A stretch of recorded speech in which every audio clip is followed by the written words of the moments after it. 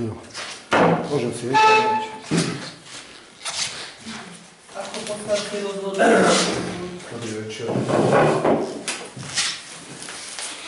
Ja som si pani starostka poslal k tomu 21.11. list, kde som vyťahol nejakých 5 bodov. Ten bod bol priama zákazka oprava sociálnych zariadení, národná obnovenia kontrolky obce, prebratie opravy základnej školy poslancami a starostkou podľa preberacej listiny, odpredaj 22 bytovky, voda pri vodnom zdroji.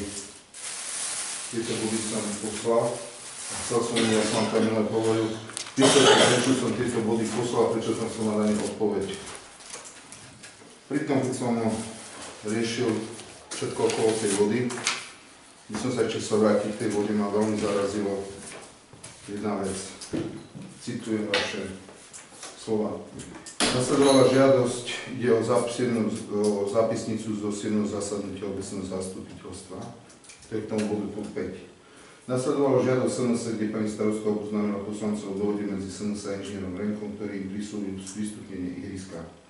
Organizácia žiada od obce západne elektrické energie a vody. Pán Sota vysvetlí, že elektrickú energiu problém nebude, ale voda sa spustiť nemôže, nakoľko sa jedná o surovú vodu zo studne, ktorá môže byť zdravotne závadná. Ak by náhodou niečo sa stalo, môže byť ten veľký problém. Tu som bol len zaskočený. Ďalšia vec tam bola spomínaná. Žiadosť AVO SRO rozpútala debatu ohľadom betónových skruží a jamy pri vodojme. Poslanci spolu s pani starostkou hľadali vhodné riešenie, aby v danej lokalite nedošlo k tragédii. Nakoľko pracovník obce tam Kúpač vysvetlí, že na tomto mieste hrozí nebezpečenstvo úrazu, pretože vyhľadá môžu dosahovať až 12 metrov. Poslanci zvažovali možnosť oplotenia tejto jamy pletivom alebo osadení betónových skrúží priamo na prameň vody. Na 7. zastupiteľstve to bolo na ešte prameň vody, potom to už bolo močia, ako si sa vyjadrovala. Prameň vody tam bol? Tu je vaša citácia. Skrúži priamo na prameň vody. Vtedy ste ešte na tom 7. zastupiteľstve 7.5. hovorili o tejto jame, akože tam je prameň vody. Potom si to kvalifikovala pre hygienu, že to už je len močiar. To bolo odjak žila močiar. Dobre, tu ste to ešte právi, že ste tam chceli tie imky osadiť, to sa im strašne... Nie, my sme to nechceli. Ešte máte, tu je to len, citujem to, čo ste napísali. Ste tam chceli dať tú betónovú sprúžu, všetko ste chceli ešte riešiť v ohľade toho projektu. Tie vody ste sa... To nie je pravda. Jak to tu je to napísané? Počkaj, Marko, takto. Ja som to ešte ten záver chcem dočítať. Na záver dodala, že nesplňa podmienky na ukončenie ozdravného režimu, podotkla, že je problémové prijať opatrenie ohľadom elektrickej energie na futbalovom ihrisku. Tam Sota doplnil, že po telefonickom rozhovore s inžinierom Renkom, prezident FK Ramos, dospeli k dohode, ktorú bude potrebné spísať, že na ihrisku bude osadený podružný garáž na spotrebovanú energiu, za ktorú bude futbalový klub riadne platiť. Ak sa to nestane a klub za elektrickú energiu nezaplatí, bude ihrisko odpovedné od dodávky. Pán Sota tiež oboznámil prítomných ohľadov vody na futbalovom ihrisku, že tuto zabezpečuje futbal. Klub sám má osadený Darling. Nie je za to, aby tam bola pustená voda z obeckej studne, nakoľko sa jedná o vodu, ktorá by použití mohla spôsobiť zažívacie problémy. Pán Konušík dodal, že čo sa týka prispievania na futbal, v pozornom režime je to neprípustné. Jožko. Ja som ti len chcel povedať, keď sa milé bavili o tom, si povedal, že ti veľmi záleží na tej kvalite tej pitnej vody. Jožko, za rok a pol, ty vieš o tom, že tá vodná nie je vhodná na užívanie. Tuto to spomínate. Jozef, za rok a pol ste kolo tej vody neboli schopní tam robiť nejakú filtráciu, zistiť vzorku, dať tam nejaké zabezpečovacie zariadenie, aby táto voda z tej studne bola tlačená hore do jariného ako pitná. Ľudia zo SNS, ktorí chceli mať turné, sa nemohli posrať, ale niektorí ľudia z dedín môžu mať zažívacie problémy, ktoré tu spomínaš. Čiže Jozef, vy o tej vode viete v tej studni, že je závadná. To ste deklarovali na to 7. zastupnení. Tu som sa chcel vrátiť ešte k tej vode. Teraz ja. Môžeš. Je tam písané, že je to surová voda, hej? Čiže ty nemôžeš dodávať surovú vodu. Ona musí byť chemicky upravovaná. Chemicky upravovaná je hore vo vodojeme. Keby to bola voda z vodojemu stiahnutá, tak nie je problém. To ja som ešte vysvetľoval, že keby náhodou sa tam decka napili a my to nedohliadneme, respektíve niekto, a vznikne nejaký zažívací problém, tam máme problém. Lebo sme ju tam spustili. A to je len chemicky upravené. tá voda nie je závadná. My máme vzorky na ňu. Ona nie je závadná. Len musí byť upravená. Dobre. Na poslednom zastupiteľstve, čo tu boli tí ľudia, Jovan Kupáč povedal, že tá voda obsahuje dusičnany. Dusičnany sa neopravujú chemicky kvapkou metodou súdnym, ale musí tam byť nejaká kartuša, ktorá stiahuje tieto dusičnany. Čiže táto upravená vody má byť pri tejto studni priamo tam. Dobre? Dusičnany sú veľký problém. Dusičnany sú, tie spomenuli ja. Čiže dusičnany sú norma od 0,50 mg na liter, alebo niekde to citovať. Toto sa neupravuje chemicky kvapkou metodou. Tak je to super. Čiže tam má vôbec toto zariadenie na úpravu týchto dusičnanov. Ak voda obsahuje dusičnany, treba ho upraviť a treba to zariadenie mať. Je to zariadenie, ktoré musí byť napojené na elektrickú energiu, musí tam byť sol, ktorá túto kartušu očisťuje, alebo nejakým iným spôsobom sa tieto dusičnany neutralizujú. Až potom môže táto voda byť pustená. Studňa sa spravila nejakom 83. Už vtedy obsahovala dusičnany, obsahuje ich do dneska, ale sú v prípustnom množstve. Prv sa to muselo vyhlasovať, že napríklad kojenci to nesmú, užívať do určitých, teraz sa to nemusí vyhlasovať. Taký je vlastne zákon. Ale my máme stále vzorky, aj teraz sa dali robiť komplexné vzorky a je to vyhovujúce. Je to vyhovujúce, tak je to v poriadku. Lebo to si môžeš vypýtať. Nemôžem si chcel vzorky. Chcel som vzorky, vypýtal som si, nedostal som ich, ale to som sa vrátil len k tej vode. Čiže od tých dusičnanov, viete, sú prípustné normy. Tie vzorky dostanem asi niekedy teraz v piatok, keď budeme mať to stretnutie s tebou, Magda, na základe životného prostredia. Takže tam tie vzorky si potom pozriem. Dobre, tu je len tá vec, že veľmi ma to prekvapilo, že dotedy ste sa bavili ešte o tom, že tam môže byť prameň, potom to bolo močiar, čo ste aj deklarovali. Dobre, čiže tú vodu by som ukončil. Máte niekto niečo na mňa? Teraz by som chcel ísť z tomu bodu. Priama zákazka na opravu sociálnych zariadení. Na konci 3. štvrťroka... Áno, počkaj. Nie, my sme prijali k tomu listu uznesenie, kde... Alebo prečítam, presne. No, ako... Ty si odišiel, nebol si tu, my sme to zobrali na vedomie tvoj list. Ak chceš nejaké informácie, existuje zákon o informáciách, preto zastupiteľstvo odporúčalo obecnému úradu, teda aby ti odpísalo v zmysle, že teda ak chceš nejaké informácie, aby si postupoval v zmysle zákona o informáciách a vyžiadal si informácie v zmysle zákona o informáciách. Týmto, akože, je to jasná hotovo. Jasná hotovo, to neviem, som nedostal žiadnu odpoveď na my sme hovorili, dneska prijali uznesenie, aby ti odpovedal obecný úrad. Ak chceš informácie, požiadaj si v zmysle zákona o informáciách. Aké máme sa pýtať informácie? Ja som tu občan v tejto diskusii, ktorý dal už na 25.10. nejaké veci. Tak sa teraz chcem opýtať, ako je možné, že ste zadali priamu zákazku o zmluve o dielo Milanovi Heltovi a na konci je zmluva o dielo a správa z 3. štvrťroka o verejných zákazkách v obci nad 5 000 eur. Na 5 000 eur. Počkaj. Verejná zákazka nad 5 000 eur. Nad 5 000 eur vo verejnom obstarávaní. Kedy ste obstarávali? Marko, čo sa týka stavieb, je do 80 000 z DPH. 3 ponuky. Pýtam sa vás znova, aby sa pochopil. Sa vás chcem opýtať znova. Základné povinnosti verejného obstarávateľa. Verejný obstarávateľ sú povinní pri zadávaní základných koncesí pri súťaži návrhov postupovať podľa zákona. Je tak? Obec zverejnila na svojom webovom portáli, že ide zadávať zákazku na opravu sociálnych zariadení. Jedná sa o podlimitnú zákazku v sume na 5 000 eur. Nikde som to ako občan nenašiel. Môžete mi odpovedať teraz, alebo nemusíte mi odpovedať v tom liste. To ako je vec.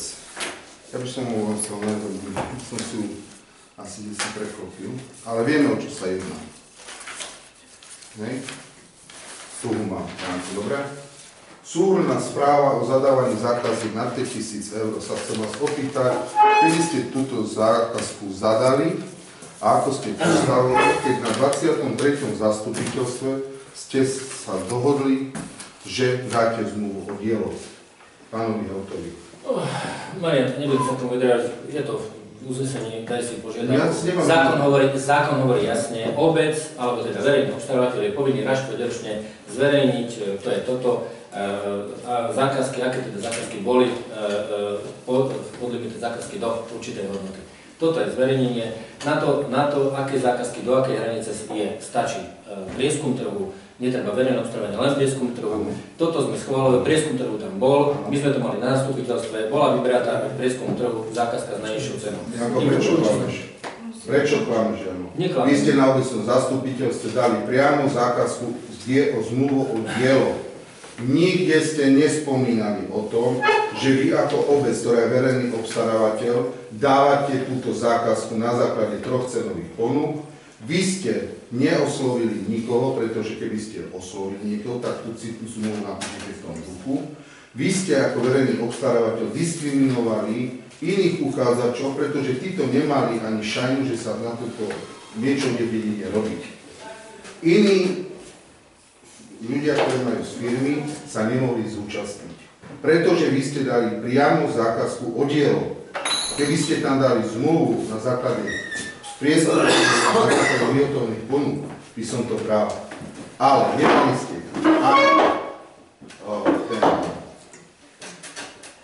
ako by som povedal, kde sa vlastne robí cenová ponuka. Nedali ste projekt, čo tam všetko idete robiť a neurobili ste nič. Hovorím ja niečo zle? Pretože keď niekto dá projekt, ho zverejní, na základe toho sa robia cenové ponuky. Ako ty môžeš od človeka, ktorému nedáš projekt, čakať od neho cenovú ponuku? To len niekto príde, pozrie sa na to dielo a povie 15 000? Keď nevie, či tam bude 5-6 záchodov alebo 20 m dĺžby, také kvality, či tam pôjde milačka? To mi chceš, Jano, povedať, že ty... Ja nehovorím takto, ja nehovorím nič také. Urobili ste zákazku verejného obstarávania, zverejnili ste zákazku verejného obstarávania, nezverejnili ste. Čiže ste diskriminovali verejné obstarávania. Musia dodržiavať princíp rovnakého zaobchádzania. Mohol by som hovoriť? Princíp rovnakého zaobchádzania, princíp nediskriminácie hospodárskych subjektov, princíp transparentnosti, princíp proporcionality a princíp hospodárnej efektívnosti. Toto ako verejný obstarávateľ. Pokiaľ by ste nezverejnili, že ste verejne obstarávali, tak s týmto by som sa nebavil. Viete mi tomu niečo povedať? Vy ste verejne obstarávali na 5 000? Pripravíme ti na Nie, ja sa vás teraz písomne pýtam. odpoveď.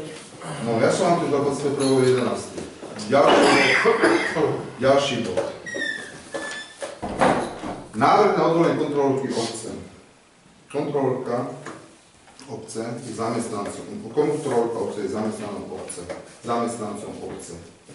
Čiže sa k nej pristupuje ako ku hoci ktorej inej zamestnankyni a táto zamestnankyňa si má právo plniť svoje pracovné povinnosti.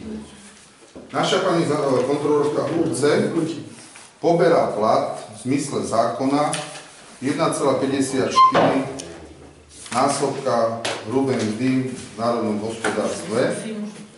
A chcel by som sa k tomu opýtať, že ako je možné, že si pani kontrolórka neplní všetky svoje pracovné povinnosti a neboli voči nej vyvedené žiadne disciplinárne konania, ako na už nebohého Ondreja Kubanka, ktorého ste v lete odvolali, dali ste mu ako výpoveď z toho, že si neplní zodpovedné povinnosti pri správe cintorína.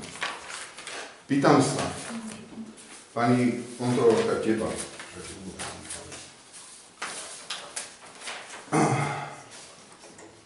Podala si trestné oznámenie, 2 roky si neukončil kontrolu centra voľného času. V uznesení si mala napísané, že budeš kontrolu robiť od začiatku jeho fungovania.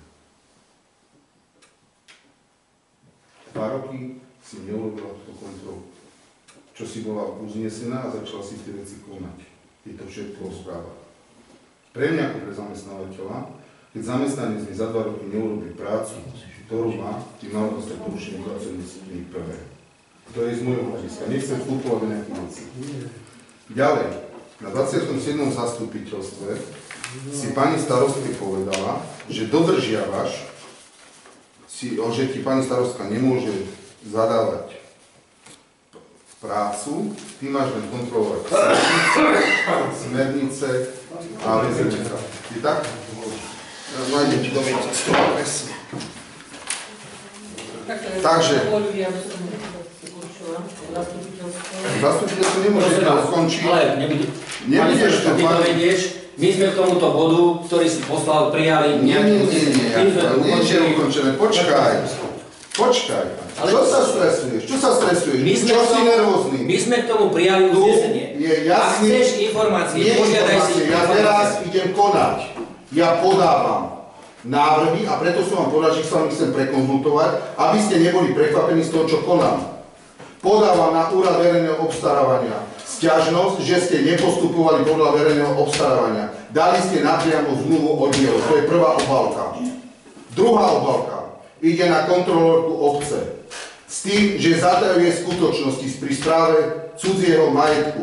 Neuinformovala poslancov ani obec o tom, že zistila nedostatky v centre voľného času. Za 2 roky nebola schopná urobiť kontrolu centra voľného času, nedodržiava platné VZN-ko, na ktoré sa ty stále odvolávaš z roku 2009, ináč to presne z roku 2010, je to VZN číslo 24.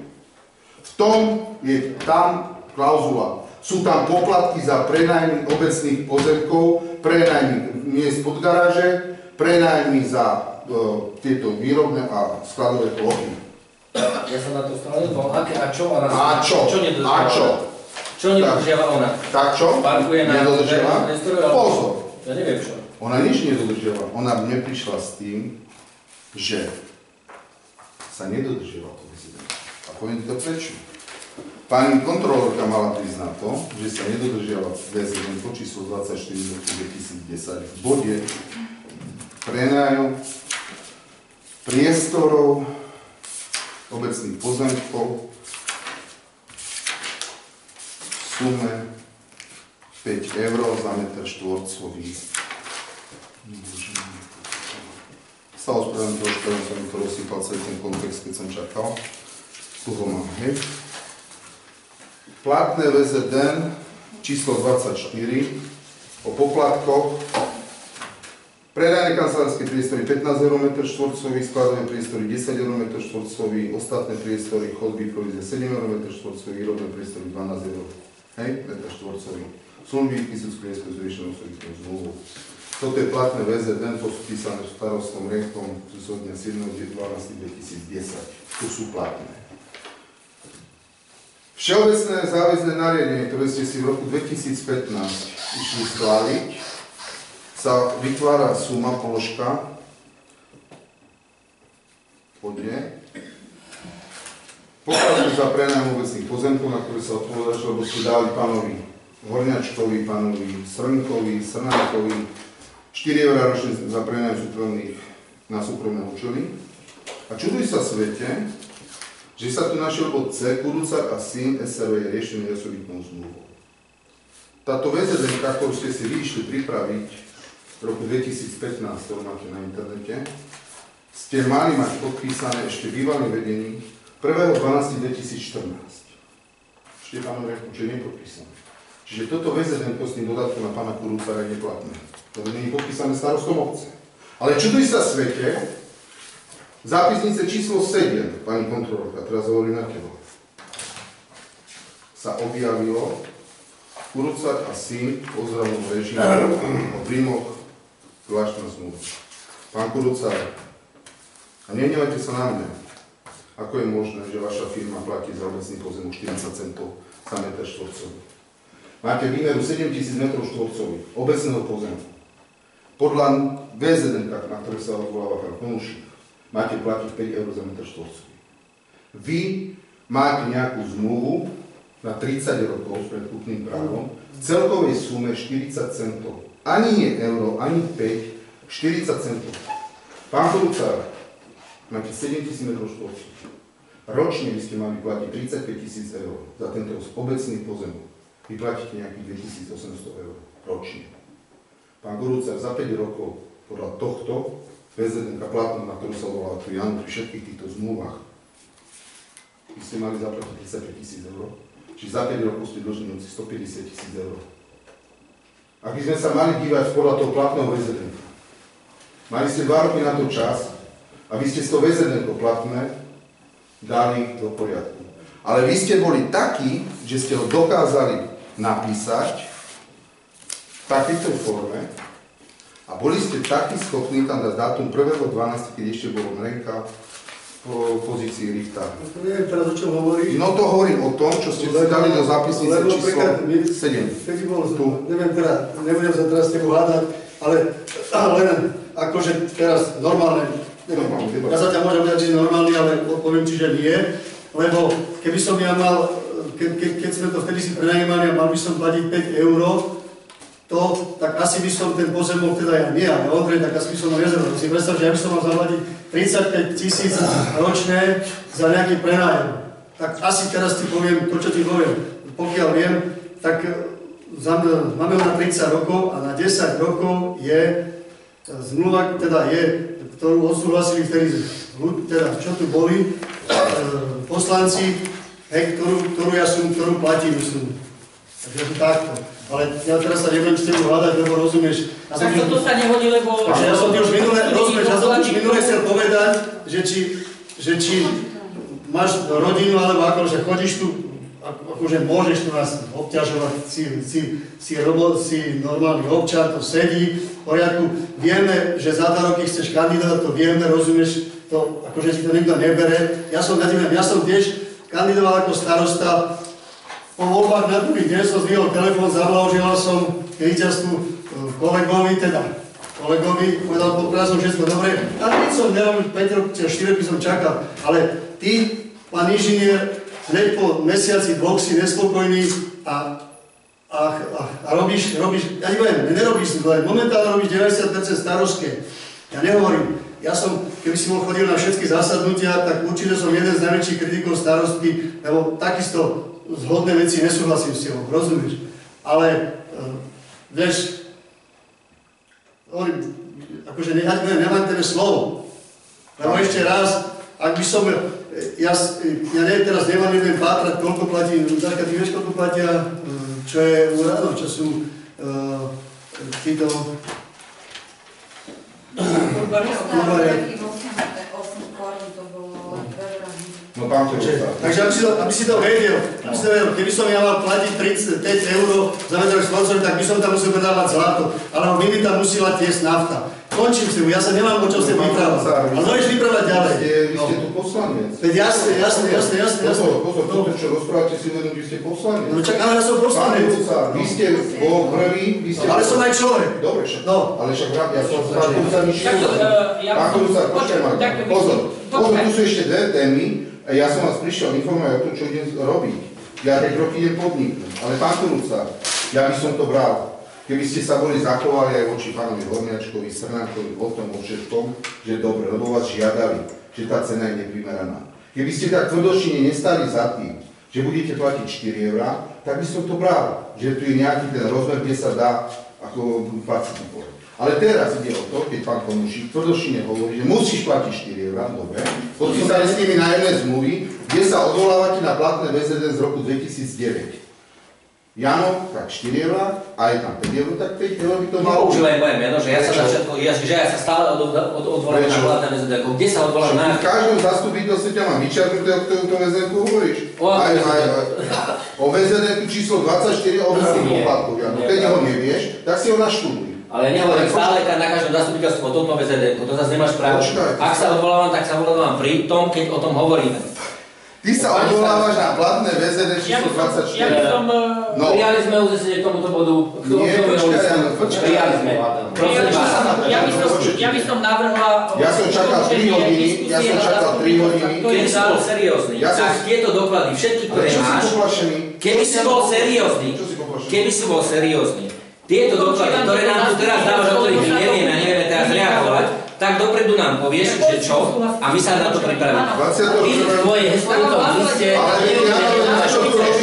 nevedeli sme, čo chceš, lebo to je odsek. No, pani Marčeka, ešte k tebe. končí. Takže, Marta, sa tu nehádali, dobre, ja som sa s vami chcel baviť striktne. Vidím, že som vám zatlačil na petu riadne, ale nie. ale...